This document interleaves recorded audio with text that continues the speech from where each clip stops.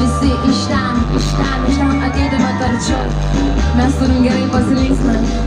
Vaikinai trumpai šortais, pas mus šiandien yra tokia mada, kad vyrai